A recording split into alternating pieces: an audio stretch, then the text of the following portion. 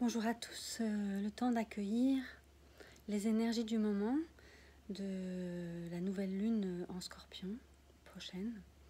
Et aujourd'hui, jour de sa main. Voilà, célébrer ensemble dans cet instant présent l'énergie qui nous traverse à travers ce jour, cette semaine, le jour de cette année, mais aussi tous les jours qui restent jusqu'à la prochaine nouvelle année. C'est un temps d'intériorité, d'écoute, et ce temps qui nous est offert de rentrer à l'intérieur, au plus profond, pour toucher ce que pourra.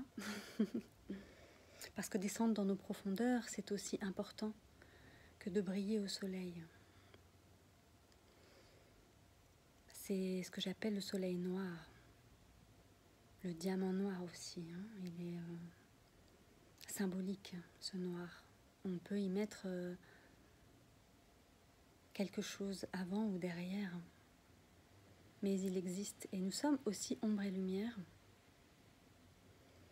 Et il est temps d'intégrer maintenant pour nous ces facettes dont je parle déjà depuis un moment et qui sont là devant nous, et plus personne ne peut le nier. Nous sommes face à l'ombre et à la lumière simultanément, comme comme la lune, nouvelle lune et pleine lune sont opposées mais aussi complémentaires, puisqu'elles permettent à la vie de se manifester. Les cycles de la lune, les cycles féminins, le cycle yin, changement de saison, changement de mouvement dans l'atmosphère. Et tout ça est brassé et fait des va-et-vient continus et nous traverse. Donc au passage, qu'est-ce que nous gardons de ça? Et qu'avons-nous besoin de trier aussi?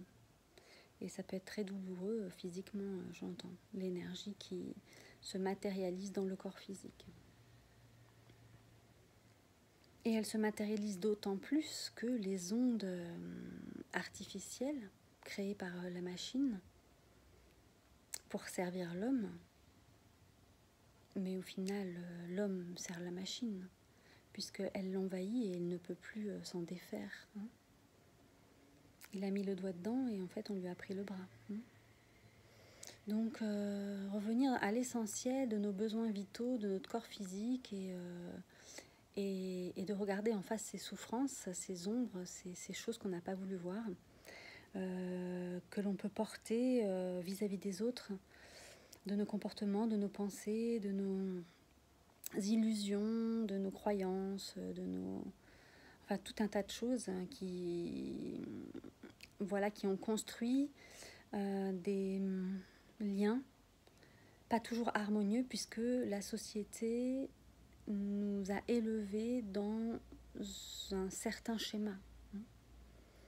Donc non-jugement, non-condamnation, simplement constatation en nous, qu'est-ce qu'elle représente à chaque instant de nos pensées, de nos paroles, de nos actions. Tout ça se répercute et crée des formes d'énergie, des égrégores d'énergie qui rebondissent les uns sur les autres.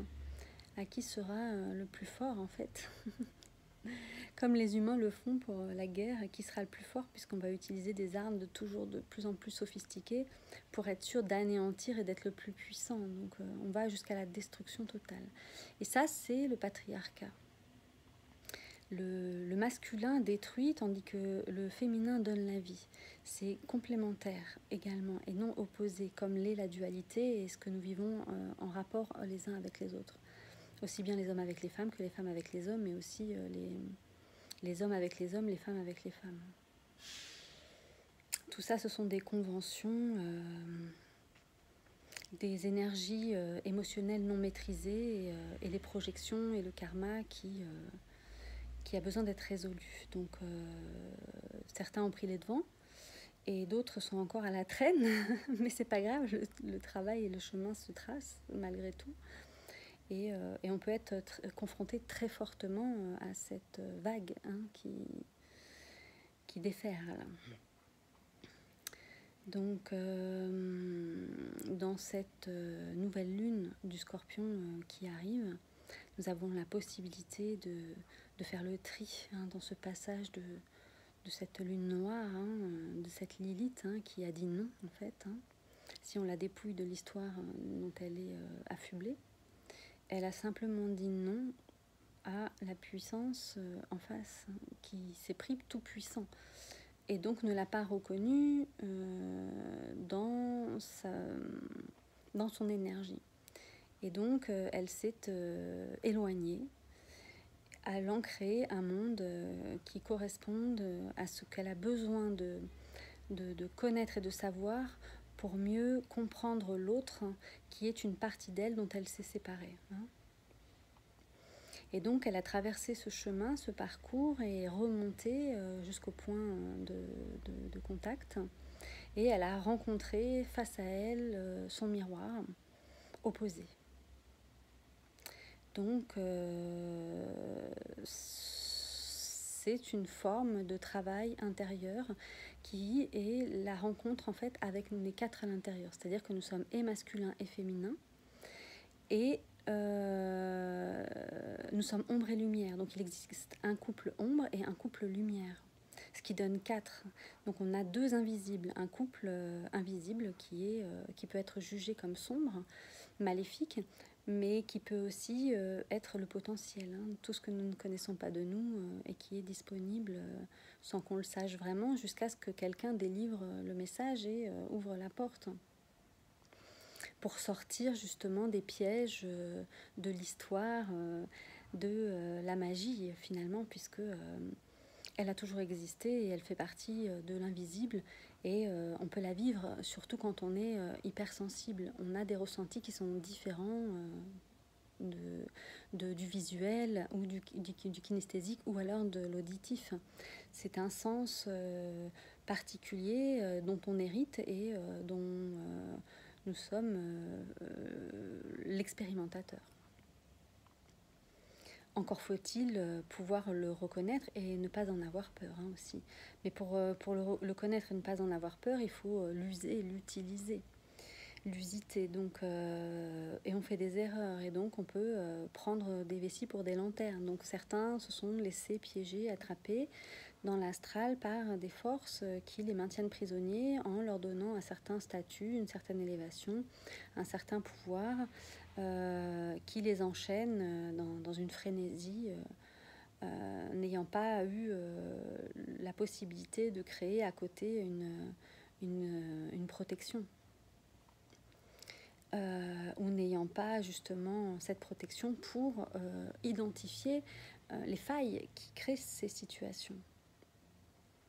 Donc une information qui circule et qui va toucher chacun de nous profondément, parce que tout a un écho, et une personne qui trouve une réponse, en fait, elle la rend disponible pour l'ensemble.